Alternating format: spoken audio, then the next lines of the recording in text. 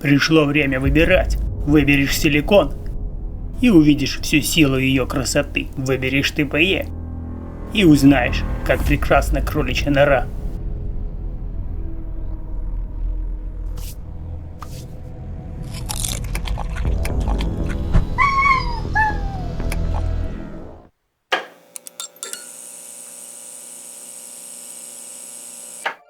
Силикон или ТПЕ. Вроде в первой части гайда мы обсудили самые главные отличия силикона от ТПЕ. Но для полноты картины осталось рассказать еще несколько важных отличий подробнее, чтобы вы имели полное представление об этих двух материалах. Кто не видел первую часть, то советую начать просмотр с нее. Ссылку вы видите в углу экрана, а также я оставлю ее в описании ролика. И на первый взгляд обывателя все кажется весьма простым. Силикон более реалистичный на вид и дороже стоит, а ТПЕ и СТПЕ – это опция для нищебродов. А значит, силикон безусловно лучше, чем другие материалы, ведь чем дороже, тем лучше. Но в мире данных устройств дела обстоят куда сложнее, чем однозначное дороже лучше. И сегодня мы постараемся разобраться во всех подробностях. И я изначально хотел делать видео снова в своем типичном стиле. Много заумных терминов, химии, красивого SDVG монтажа, чтобы это было прекрасное шоу. Но мне кажется, вы опять не запомните, и это исключительно моя вина. Делая хорошее шоу, мы теряем в информативности. Говоря много о химии и материалах, мы теряем в понимании. Не каждый человек может это усвоить. И это исключительно моя вина, что я неправильно преподношу информацию, раз остаются до сих пор вопросы. И это действительно основополагающий выбор, и от него будет зависеть весь ваш опыт от пользования этой бытовой техникой.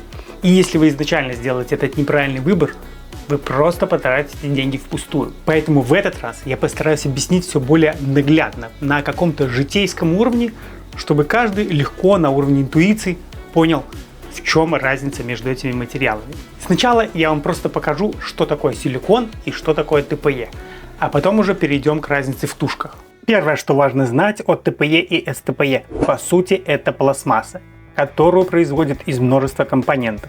Пластиковая основа, минеральное масло, красители и присадки, которые меняют общие свойства смеси.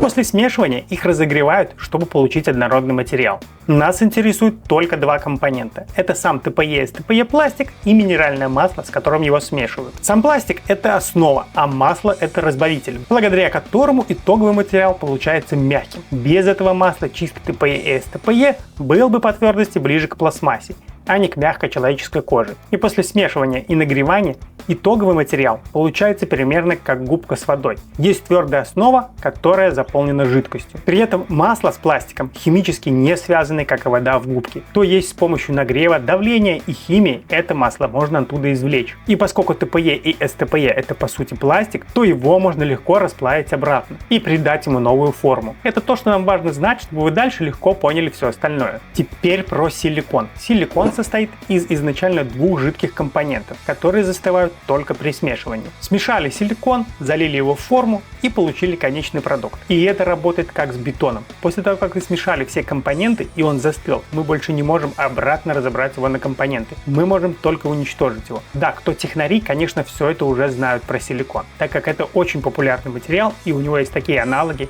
как эпоксидка или полиуретан. Но подозреваю, что канал смотрит не только технари, и надо, чтобы им было понятно, о чем мы говорим. Ну, надеюсь, основы уже немножечко понятны, и сейчас мы идем к тушкам, и я уже расскажу на реальных примерах и реальных устройствах, а что все это, собственно говоря, значит.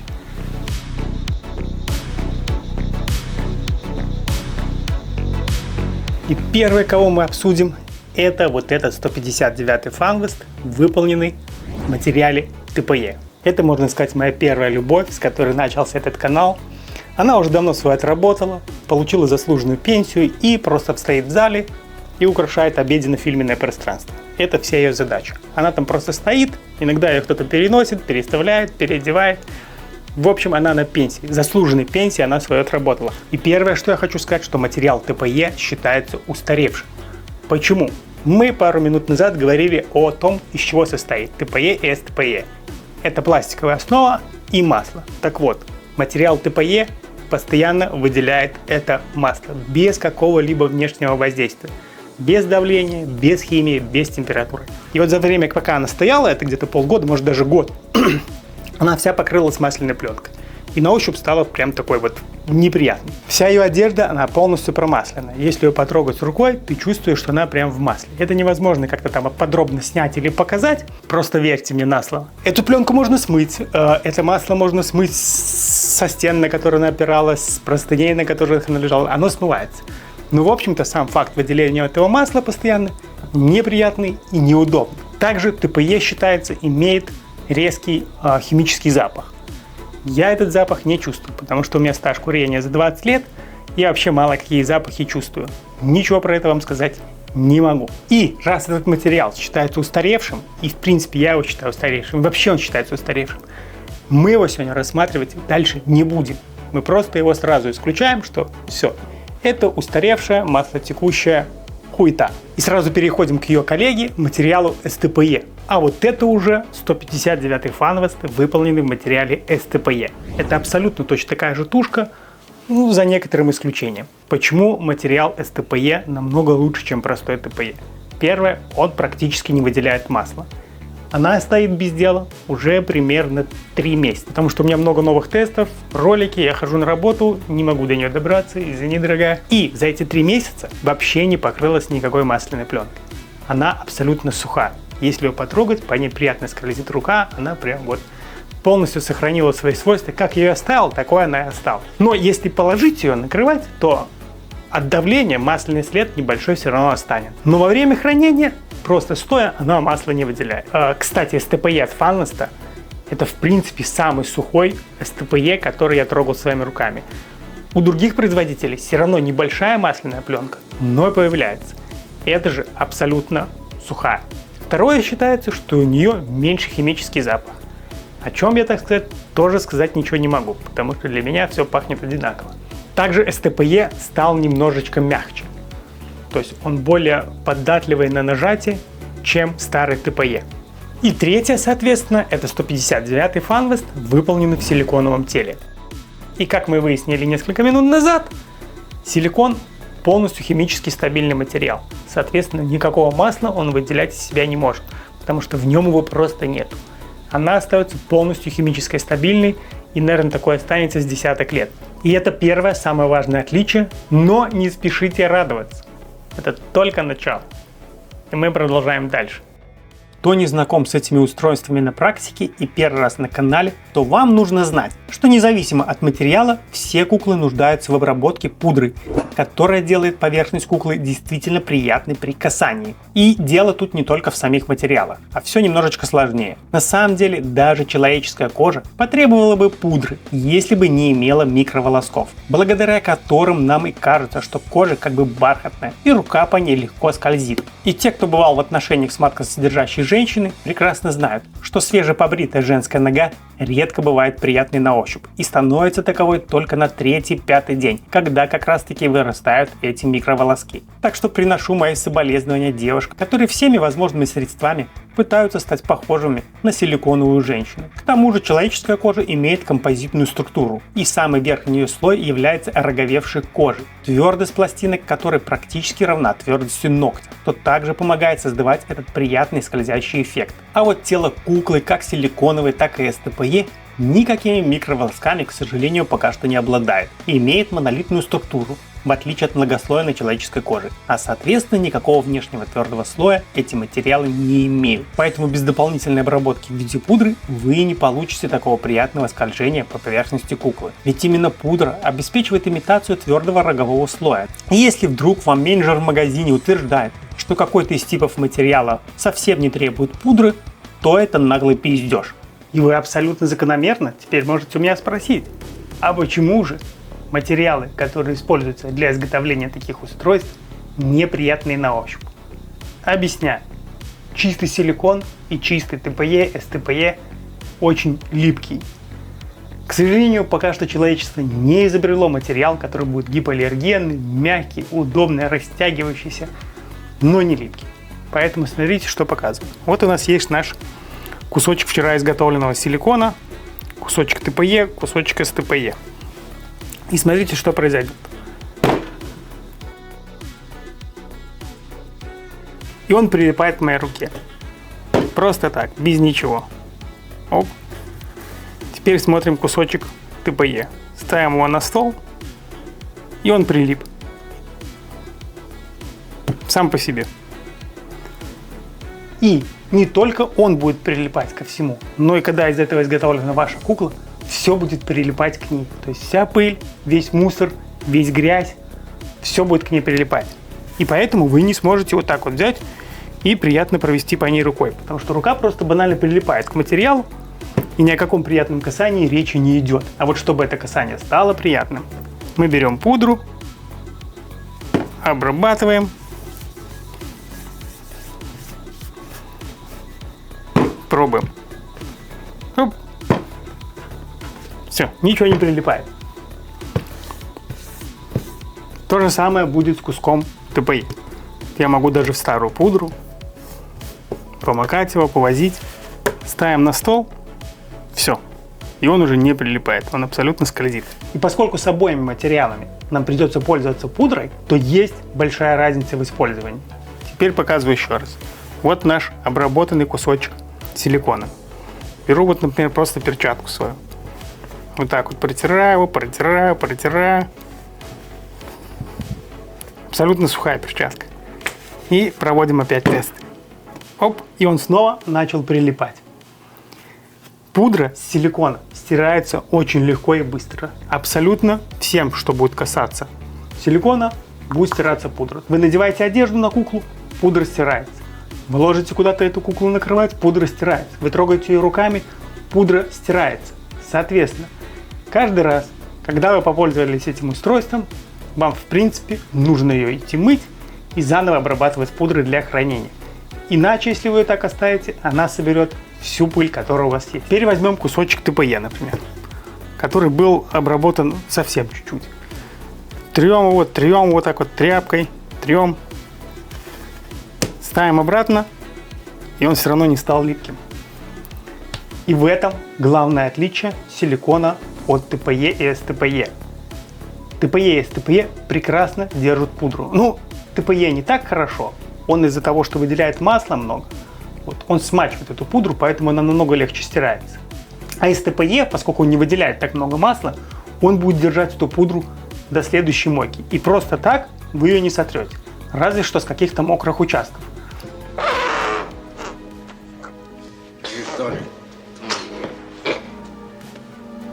С СТПЕ еще интереснее. На самом деле СТПЕ еще более липкий материал, чем силикон и ТПЕ. Но это работает в плюс, потому что СТПЕ никогда не бывает полностью чистым. А дело в чем? Когда изготавливают вашу куклу на заводе, ее сразу на заводе обрабатывают заводской пудрой. И эта пудра прилипает практически намертво к этому материалу. И смыть ее какими-то вот бытовыми мясными моющими средствами будет совсем нетривиальная задача. И вот этот вот кусочек СТПЕ, который у меня в руках, он сейчас полностью помытый. С мылом, я его помыл мылом, я его потер мочалочкой. И он все равно не настолько липкий, как обычный ТПЕ или силикон. Даже в полностью помытом виде. Потому что на нем еще сохранилась заводская пудра. Он не идеально сухой. Все равно на нем будут липкие участки. Потому что эта заводская пудра, она не ложится идеально ровно. Где-то местами будут какие-то липкие участки, будут какие-то неприятные участки. Поэтому еще обработайте сверху своей пудрой, то он будет держать эту пудру очень долго. До следующей мойки. И в этом принципиальная разница между силиконом и СТПЕ. Силикон нужно мыть и обрабатывать пудрой практически при каждом использовании, что пиздец как неудобно и отнимает очень много времени. Либо у вас будет грязная женщина. А вот с СТПЕ все совсем по-другому. Вы один раз помыли ее, обработали пудрой, и до следующей мойки, если вы не оставляете внутри каких-то биологических жидкостей, если вы моете себя перед использованием, то пудра будет держаться на кукле до следующей мойки. И вам нужно будет ее обслуживать, мыть, соответственно, полностью целиком не каждый раз, а раз в неделю, может быть, раз даже в 3 недели, в зависимости от того, как пользуетесь, ну и вообще от общего, так сказать, желания и от общего желания вашей гигиены. И в этом и заключается существенное отличие этих двух материалов. Вот эта СТПЕ кукла, она несколько месяцев стояла, много раз переодевалась, много раз я носил ее туда-сюда, и она до сих пор гладенькая и приятная на ощупь. Эта кукла силиконовая. Она пару раз переоделась, пару раз переставила ее с места на место, и уже пудра стерта. Она немножечко липкая и уже начинает собирать пыль. Просто верьте мне на слово. Но это не последнее серьезное отличие. Мы переходим к следующему. Еще одно важное отличие между силиконом и ТПЕ – это мягкость. И тут, как всегда, не получится на это ответить как-то просто. И снова из-за некоторых уникальных свойств этих двух материалов. И тут самая большая сложность в том, что силикон и ТПЕ мы не можем сравнить просто по твердости. Потому что есть два других параметра материала, которые сильно меняют то, как это будет ощущаться именно в готовом устройстве. И первое – это то, что силикон из-за своей структуры является несжимаемым материалом, примерно как тормозная жидкость в вашем автомобиле.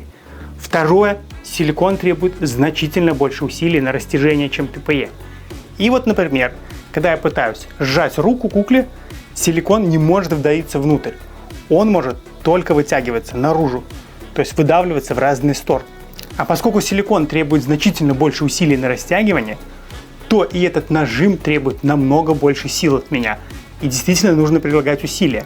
И поэтому, чем толще слой силикона, тем более твердым он будет казаться. Потому что, чтобы его продавить, нужно приложить значительно больше усилий, чтобы растянуть его в стороны.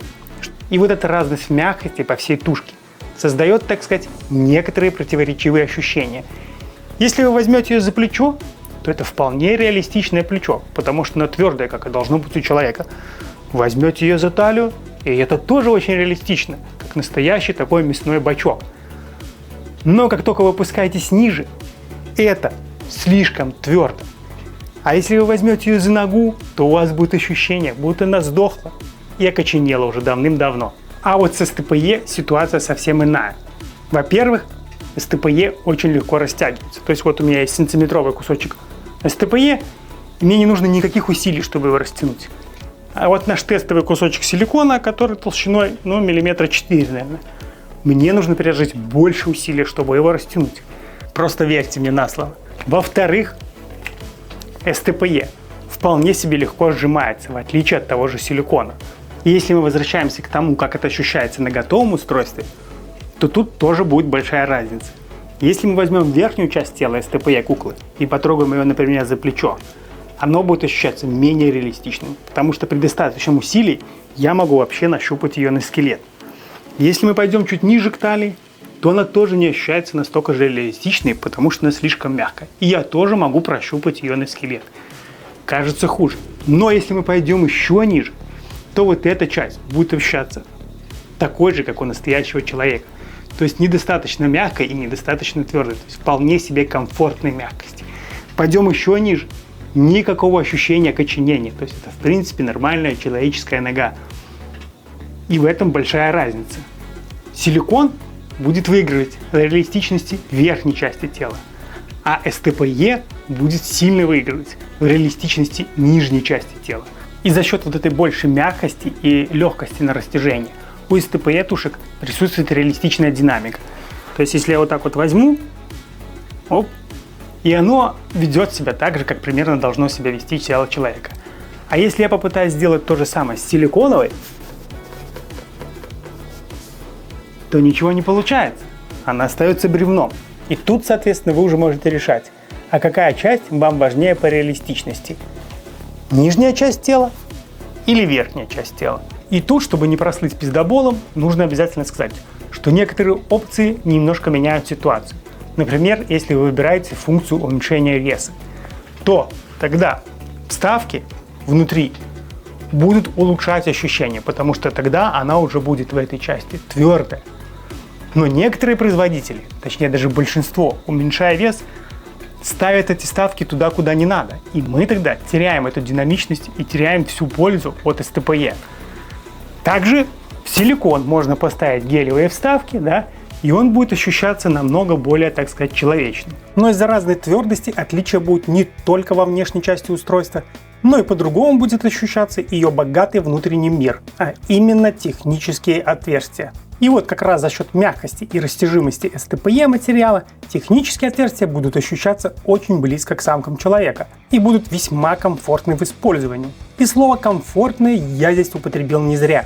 Потому что с силиконом ситуация совсем другая. Если производитель использовал недостаточно мягкий силикон, то, во-первых, все пупырки внутри технического отверстия вы будете ощущать всеми фибрами своей души, что может привести даже к болезненному натиранию. Во-вторых, из-за того, что силикон не так хорошо растягивается, то у некоторых моделей процесс применения будет не легким фитнесом, а настоящим актом бодибилдинга. И если вы смотрите в сторону силиконовых моделей, то при неудачной покупке вы снова будете плакать из-за дырки.